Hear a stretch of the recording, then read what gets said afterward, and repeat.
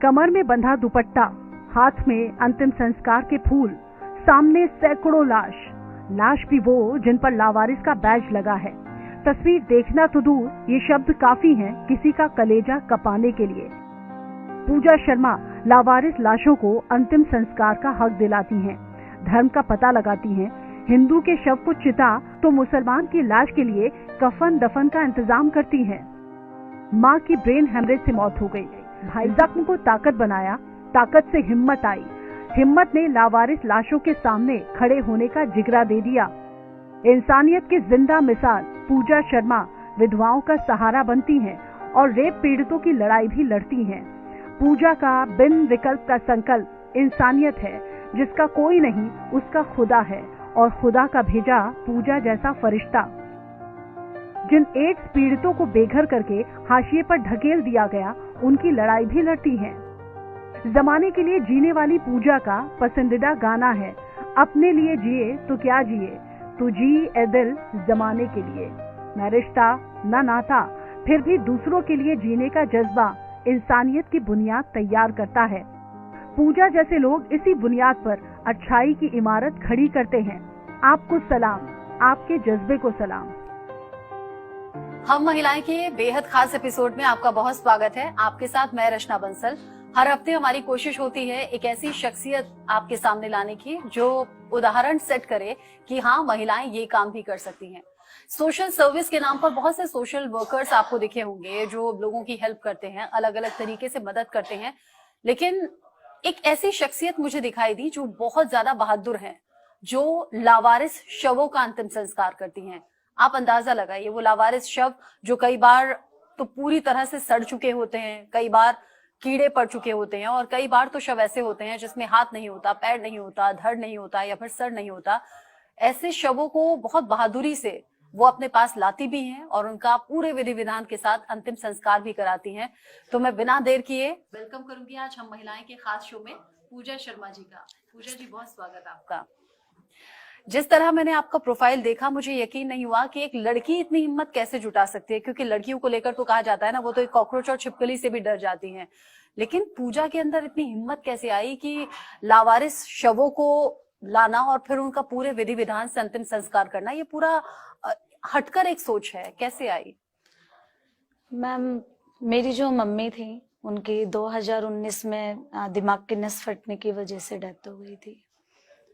उसके बाद जो मेरे बड़े भैया थे जिनका रामेश्वर शर्मा नाम था, मैं अगर अपने बारे में बताऊं तो मैं भी वही लड़की थी जो छिपकली और कॉकरोच से डरने वाली, मतलब मैं भी वही लड़की थी। लेकिन कहते हैं ना कि कुछ चीजें हम इंसानों की सोच से बहुत परे होती हैं, जिनको शायद भगवान हमारे लिए कुछ रास्ते होते हैं जो वो हमारे लिए निर्धारित करते हैं, और एक वक्त आने पर हमें उस राह पे चला देते हैं। और तभी से मैं इस राह पे चली हूँ, और आने वाला जो मेरी जो पूरी जिंदगी है वो इसके नाम है। और मैं ताउम्र जब तक मेरी ये सांसें चलेगी, मैं इस धर्म को, इस कर्म को ऐसे ही करूंगी। तो 1.5 साल से आप लावारिस शवों का अंतिम संस्कार कर रही हैं। इस दौरान कितने शवों का अंतिम संस्कार आपने किया? मैम, मैं 3 से 4 हजार लाशों का दाह संस्कार कर चुकी हूँ, और हर महीने की अमावस्या पर हम लोग मतलब उनकी अस्थियों को पूरे रीति रिवाज के साथ और पूरे पूजन के साथ हरिद्वार सती कंकल घाट में विसर्जित किया जाता है। बहुत सी बातें ऐसी हैं जो मैं आपसे पूछना चाहती हूँ, क्योंकि ये अपने आप में अलग तरीके का काम है। कभी किसी फीमेल को मैंने सुना नहीं कि ऐसा वो काम कर रही हैं, अलग तरीके से सोशल वर्क करती हैं। आपने कहा धर्म के हिसाब से हम शवों का अंतिम संस्कार करते हैं।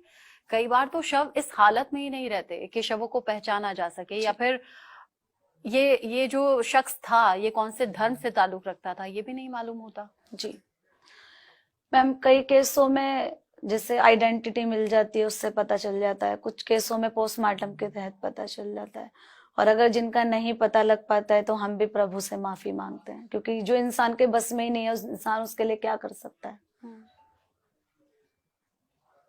तो उन केसों में हम प्रभु से माफी मांग के, लेकिन मैम भगवान तो एक ही है ना, चाहे वो किसी भी रूप में, चाहे वो अल्लाह है, चाहे वो जीसस है, चाहे वो शिव शंकर है, चाहे वो राम है, लेकिन हर रूप में तो हम पुकार भगवान को ही रहे हैं। और मेरा तो ऐसा मानना है मैम कि मुझे नहीं पता, मैं ठीक हो सकती हूँ, मैं गलत हो सकती हूँ, लेकिन मेरा तो यही मानना है मैम कि एक व्यक्ति जब मर जाता है, कहते हैं मैम कि ये मैं नहीं कहती हूँ, ये हमारी शिव पुराण में खुले लफ्जों में लिखा है, कहते हैं कि शिव का जो परम धाम है वो कैलाश पर्वत है, जिसको हमने और आपने अक्सर सुना है कि हम मतलब इतनी ऊंची ऊंची चोटियां जो है उसको फतेह कर चुका है इंसान, लेकिन कैलाश पर्वत पे आज तक कोई चढ़ नहीं पाया, क्योंकि कहते हैं वहां पे शिव शंकर स्वयं विराजमान है, वो शिव का परम धाम है। हमारी शिव पुराण ये कहती है मैम कि एक मनुष्य, एक व्यक्ति पंच तत्वों में विलीन होने के बाद ही कैलाश पर्वत जानने योग्य बनता है। तो वो जो जर्नी है एक व्यक्ति की मरने के बाद, कम से कम चाहे वो लवारिस है या जिसकी कोई आइडेंटिटी नहीं मिल पाई है, या कोई गरीब है जिसका इस दुनिया में कोई नहीं है, तो उसका धर्म के हिसाब से उसे हम कम से कम प्रभु के चरणों तक तो मैम जगह दे ही सकते हैं। अब उसमें हमें ये नहीं पता कि अगर हमें उसकी कोई आइडेंटिटी नहीं मिल पाई है तो उन चीजों में मैम हम भी भगवान से माफी मांग के उसका अंतिम संस्कार करते हैं, क्योंकि जो नहीं मिल पाया उसमें कुछ चीजें होती है ना मैम जो भगवान के बस में होती है, वो इंसानों के बस में नहीं होती है मैम। जी। जब शव मिलते हैं तो आप तक कैसे पहुंचते हैं? जी, मुझे मैम सरकारी हॉस्पिटल से जानकारी मिलती है, पुलिस कर्मियों से जानकारी मिलती है। अच्छा, आपने सबसे कोऑर्डिनेट किया हुआ? हाँ जी मैम, मैं खुद हॉस्पिटल्स में मॉर्चरीज में जाती हूँ बॉडीज को लेने। और आप दिल्ली में रहती हैं? हाँ जी, मैं दिल्ली में रहती हूँ। अच्छा, इन सब चीजों में पूजा, चूंकि पैसे भी खर्च होते हैं, हाँ जी, तो वो पैसा कहाँ से अरेंज होता है? किसी तरह की कोई मदद लोग करते हैं या सरकार की तरफ से कोई मदद? मैम सरकारी मेरे पास कोई मदद नहीं है। मेरे जो दादाजी हैं वो इंडियन आर्मी में थे। जब मेरे पिता 5 साल के थे तो मेरे दादाजी शहीद हो गए थे, तो मेरी दादी जी को उनकी पेंशन आती है, मेरी दादी जी मुझे पूरी पेंशन देती हैं। और इसके अलावा मेरे जो पिता हैं वो दिल्ली मेट्रो के अंदर एक ब्रेक डाउन ड्राइवर है कॉन्ट्रैक्ट बेस पे, तो मेरे पापा भी मेरी मदद करते हैं सेवा में। इसके अलावा कुछ लोग हैं जो जुड़े हुए हैं, जैसे छोटी छोटी मदद 100, 500, 50 या इस रूप में जो आते हैं उससे इस सेवा को मैम किया जाता है। और दूसरा, मैं सच बताऊं मैम तो मेरी इतनी बड़ी हैसियत नहीं है कि मैं इतनी बड़ी सेवा को कर सकूं मैम। तो जब भी मुझे किसी चीज की जरूरत होती है, तो जहां से मेरी ये जर्नी शुरू हुई, जहां से मैंने इस सेवा की शुरुआत करी, मैं अपने भोले बाबा से मैं शिवलिंग पे जाकर सिर्फ हाथ जोड़ के बोलती हूँ कि बाबा मेरी हैसियत नहीं है मैं सेवा को कर पाऊं, आपने राह दिखाई है, आप रास्ता आपने दिखाया, तो आप इस रास्ते को आगे तक लेके जाएंगे। और यकीन करना कि मेरे रास्ते बनने शुरू हो जाते हैं। मुझे नहीं पता मेरे पास कहाँ से मदद आनी शुरू होती है, क्या होता है, बट भोले बाबा सब कर देते हैं, मेरी सेवा रुकने नहीं देते मैम। जिस तरीके से आपने बताया कि आपने प्रण ले लिया अपने भाई की मौत के बाद कि अब मैं कोई भी लावारिस शव होगा तो उसका अंतिम संस्कार मैं ही करूंगी और पूरे विधि विधान से करूंगी।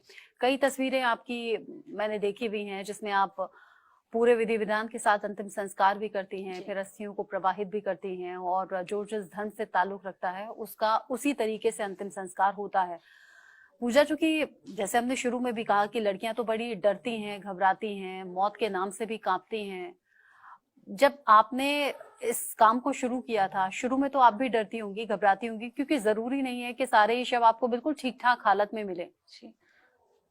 मैम उस वक्त एक ऐसा जुनून सवार था कि डर क्या होता है उसको मैं बहुत करीब से देख चुकी थी अपने भाई को खोने के बाद, तो वो डर का कभी एहसास हुआ ही नहीं। और मैं सच बताऊं तो चाहे मैं ऐसे जैसे कि आपने अभी सवाल किया कि जरूरी नहीं है कि हर बॉडी ठीक ठाक हो, तो मोस्ट ऑफली तो मैम बॉडी ऐसी ही आती है कि जिनको पहचानना भी बहुत मुश्किल होता है, जैसे नदी नालों की सड़ी हुई बॉडियां जो महीनों से नालों में सड़ रही होती हैं, या फिर ऐसी बॉडी जिनका जो ट्रेन से कट जाते हैं, जिनका धड़ से सर अलग होता है, या जिनका शरीर नहीं मिल पाता, या जिनका सर नहीं मिल पाता है, किसी का हाथ नहीं होता, या कोई बॉडी इतनी अपने आप में इतनी सड़ी हुई होती है कि उनको कीड़े लगे हुए होते हैं, मतलब उनकी चेहरा ही पहचानने में अपने आप में बहुत मुश्किल काम है। कई बार ये भी नहीं पहचान पाते कि ये लड़का है या लड़की, जो कि पोस्टमार्टम के अंदर ही पता लग पाता है।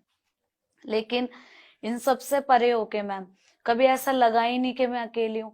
मुझे हमेशा ऐसे लगा कि मेरे पीछे शायद मेरे भोले बाबा खड़े हैं, मेरे वो प्रभु खड़े हैं जिन्होंने मुझे इस राह पे चलाया, और मुझे वो इस राह पे खुद हाथ पकड़ के चला रहे हैं। तो कभी उस डर का मुझे कभी एहसास नहीं हुआ। और सच बताऊं तो मैं जो भी अंतिम संस्कार करती हूँ वो मैं शिव का नाम लेकर ही करती हूँ। आपने अक्सर सुना होगा कि जब हम अंतिम संस्कार करते हैं या किसी को शमशान तक ले जाया जाता है तो अक्सर हम राम नाम का उच्चारण करते हैं, लेकिन मैं हमेशा अपने उच्चारण में श्री राम नाम के साथ मेरा शिव का उच्चारण होता है। मैं उनका ही नाम लेके इस सेवा को आगे मैम करती हूँ, तो कभी ऐसा महसूस नहीं हुआ डर। लेकिन हाँ, मैं ये नहीं बोलूंगी कि मैं हमेशा से ऐसी रही हूँ। मैं भी वही लड़की थी जो कोकरेच और छिपकलियों से डरती थी। मैं वही लड़की हूँ जो अगर गली में भी किसी की डेथ हो जाए तो मैं 10 दिन घर से बाहर नहीं निकलती थी कि भूत है, मुझे लग जाएगा या ये मेरे सपने में आएगा। लेकिन आज मैं वही लड़की हूँ कि आज मेरे सामने लाशों के ढेर होते हैं और मैं उनके लिए उपचारण कर रही होती हूँ और उनका अंतिम संस्कार कर रही हूँ। अब आते हैं कभी ऐसे सपने? कभी नहीं आते मैम। सुकून की नींद आती है? बहुत सुकून मैम, बल्कि आप यकीन कीजिएगा कि आपने हमारा धर्म कहता है कि अक्सर हम शमशान से आके घर पे नहाते हैं, लेकिन मैं 1.5 सालों में पिछले कभी शमशान से आके नहाई नहीं हूँ। जब मैं उस चिता को जला रही होती हूँ, जब वो चिता जल रही होती है, उसकी जो अग्नि है, जब वो मेरे चेहरे पे उसकी जो तपन पड़ती है ना मैम, मुझे उससे और ताकत मिलती है कि नहीं, अभी मुझे इस सेवा को नहीं रोकना, अभी बहुत कुछ करना है जिंदगी में, अभी इस सेवा को बहुत आगे तक लेकर जाना है। तो अच्छा, एक तो ईश्वर की शक्ति है जिनका आप बार बार जिक्र कर रही हैं, भोले बाबा, लेकिन एक शक्ति तो आपके पिता और आपकी दादी की भी है, क्योंकि अगर वो फाइनेंशियली सपोर्ट नहीं करते तो आप ये सब नहीं कर पाती। बिल्कुल मैम, अगर मैं बोलूं, सबसे पहले तो मैं भगवान का दर्जा अपने पिता और दादी को ही देती हूँ। और मेरी इस सफर में, मेरी इस सेवा में मेरे जो पिता हैं, मेरी जो दादी हैं, उन्होंने मेरी हमेशा कंधे से कंधा मिला के मदद करी है। एक वक्त वो भी था कि जब मैं इस सेवा में आई थी, क्योंकि मैं उतनी फाइनेंशियली मजबूत नहीं हूँ, मैं बहुत बड़े घर की बेटी नहीं हूँ, मैं बहुत नॉर्मल से परिवार की बेटी हूँ। एक वक्त ये भी आया था मैम कि मैंने इस सेवा में, मेरी जो माँ है, हर माँ की एक आरजू होती है, एक इच्छा होती है कि कल को मेरी बेटी की शादी होगी। तो मेरी मदर ने मेरे लिए कुछ ज्वेलरी बना के रखी हुई थी, जैसे अंगूठी है, नेकलेस है, इस तरीके से। तो एक वक्त वो भी आया था कि मैंने सेवा के लिए वो अपना सब कुछ बेच दिया था और उस वक्त इस सेवा को शुरू किया था मैम। बहुत बड़ी बात है कि माँ नहीं है और माँ ने जो कुछ जोड़कर बनाया बेटी के लिए, तो बेटी ने वो सब भी इस काम के लिए बेच दिया। चूंकि आपने शादी का जिक्र किया, हर माँ का, हर पिता का सपना होता है कि बेटी की शादी हो। आप जो काम कर रही हैं पूजा, क्योंकि भविष्य में आपने भी शादी को लेकर कुछ सोचा होगा, आपकी भी शादी होगी, कभी डर नहीं लगता कि जो काम मैं कर रही हूँ, हो सकता है फ्यूचर में हस्बैंड को ऐतराज हो या फिर वो कहें कि भाई तुम ये क्या काम कर रही हो? जी मैम, मैंने अपनी जो जिंदगी है वो प्रभु को सौंपी हुई है और वो जरूर मेरे लिए कोई रास्ता अच्छा निकालेंगे। और अगर उन्होंने ये सोचा है कि उनको मेरी शादी करवानी है, उनको पूजा शर्मा से ये सेवा आगे करवानी है, तो वो जरूर मेरे लिए कोई रास्ता निकालेंगे, मुझे उन पर पूरा भरोसा है मैम। तो कभी इस तरीके का भी मुझे डर नहीं लगता। और सच बताऊं मैम, तो अब सेवा में इतनी घुल चुकी हूँ, इन सब चीजों को ख्याल ही कभी नहीं सताता, कभी इस तरीके का ख्याल नहीं आता है। मतलब जैसे अक्सर हम लड़कियों को देखते हैं वो साज सिंगार, तो कभी उस तरीके का भी मन नहीं करता कि हम उस तरफ भी जाएं। मतलब मन उस तरफ कभी विचलित ही नहीं होता, प्रॉपर एक लगता है कि नहीं, सेवा करनी है, ताउम्र करनी है। मतलब जब तक ये आखिरी सांसें चलेंगी तब तक ये सेवा मैम ऐसे ही मैं करती रहूंगी। कभी पिता ने या दादी ने ये नहीं कहा कि माँ नहीं रही हैं, भाई नहीं रहे हैं, अब अपना जीवन तुम इसमें लगा रही हो, जो पैसे हैं वो भी जा रहे हैं, तो घर में रहो, अपने फ्यूचर पर ध्यान दो, करियर पर ध्यान दो, ऐसा कुछ कहा नहीं? मेरे पिता मुझे बहुत सपोर्ट करते हैं मैम, और वो मेरे पे बहुत प्राउड फील करते हैं। जब मतलब मैं घर जाती हूँ तो मेरे से पूछते हैं, अच्छा बेटा आज कितनी बॉडी का अंतिम संस्कार किया था? तो फिर मैं बोलती हूँ पापा आज 10 का किया, या पापा आज 12 का किया, या पापा आज 5 का था।